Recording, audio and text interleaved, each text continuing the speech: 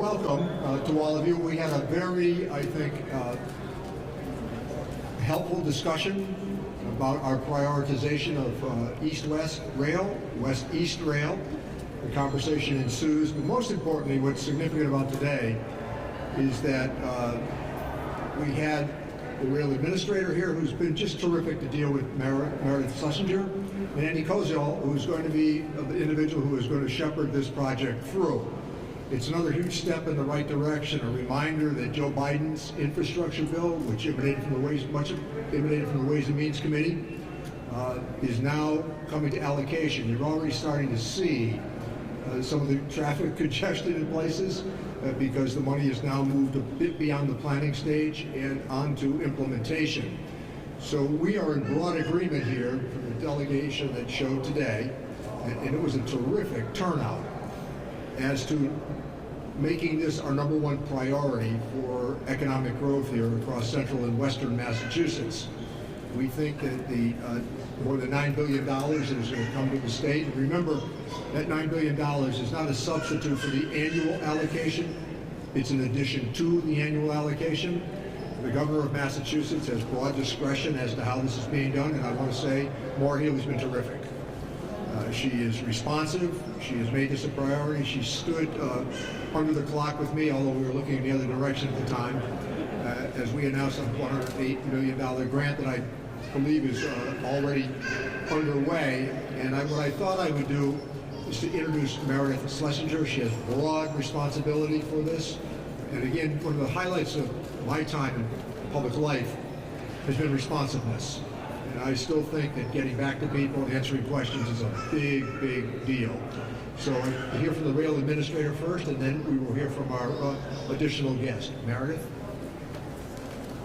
Thank you, Congressman. It's really great to be here today. We are really excited about the progress that we have made on West-East Rail, or Compass Rail, our overall vision for intercity passenger rail in the Commonwealth. The Healey Driscoll administration is committed to this from day one. This was a campaign commitment, and we are really pleased working with the delegation, our federal partners, the Federal Railroad Administration, Amtrak, and CSX to bring all of the projects to fruition that will give the western part of the state and the eastern part of the state much more access to one another, and to promote economic development, promote growth, give housing, give people opportunities to live in places where housing may be more affordable than perhaps in eastern Massachusetts. This connectivity is critical for the Commonwealth, and we are really, really excited to move this forward.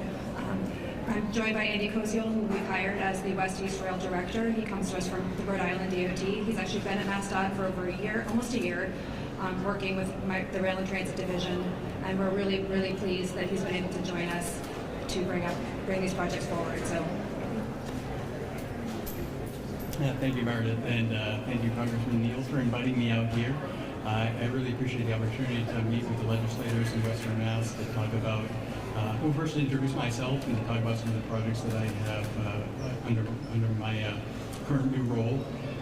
I mentioned, folks, that a big reason why I joined Mass DOT was just because of the ambitious plans that Massachusetts has for passenger rail and really what they're seeking to grow, particularly in Western Massachusetts. And I've heard it from the Healey Driscoll administration directly, but also I see it in some of these ambitious grant applications that the state is writing and some of the big projects they want to get done soon. So there's a lot on our plates right now, and things are in different phases. We have things in planning, we have things in design, projects that are in the near term will be under construction.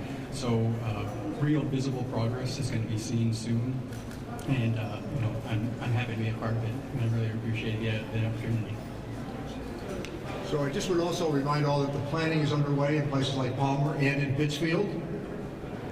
We certainly have heard from advocates in both communities, but we were reminded today from Andy and from Meredith that work is underway. I just mention something before I call the mayor. When I was a young man, I remember vividly attending get-togethers of what was then the EDC, conversations with what was then the Chamber of Commerce. And during those conversations, we were reminded of the fact that Springfield is in the center of New England geographically. North-South Rail has already worked splendidly, and now we're on to the east-west, west-east, whatever the derivative might be called. But the highlight is the geography, and Union Station will be the center of that activity. My point is that we intend to make this work. The Valley Flyer has worked.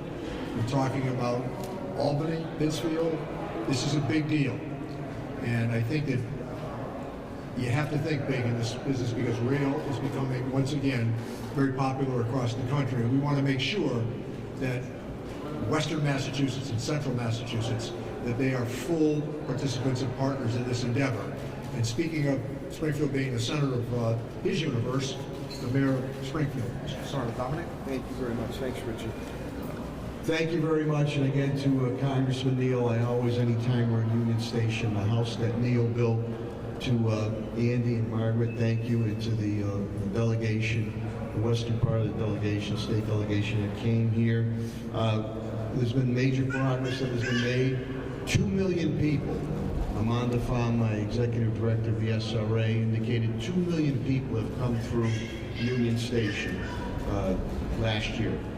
And when you look upon it, and Margaret had mentioned it also too, that there is really a demand for rail service here, passenger rail service. We've come back very, very strong after the COVID-19 pandemic, unlike places in California, which have not come back for the demand on that. And they have a director, Andy Cozio, that is dedicated. This is extremely important.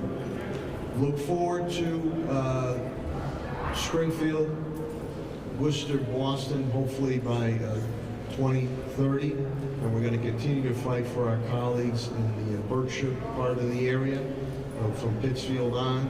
And when you look upon it, this came up too, Western Massachusetts has subsidized Boston many a times, whether it's been with the MBTA, whether it's been with the Big Dig, and as Senator Comerford, as she brought up now, Quabbin Reservoir looking to get more water to the eastern part of the state, which is insurmountable when it comes to creating jobs, business, economic development, and housing.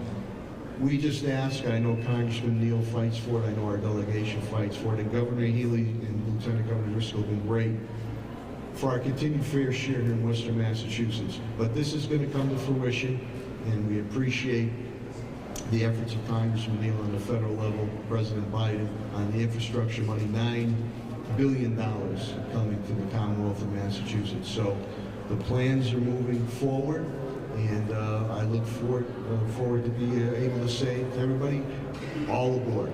Thank you very, very much.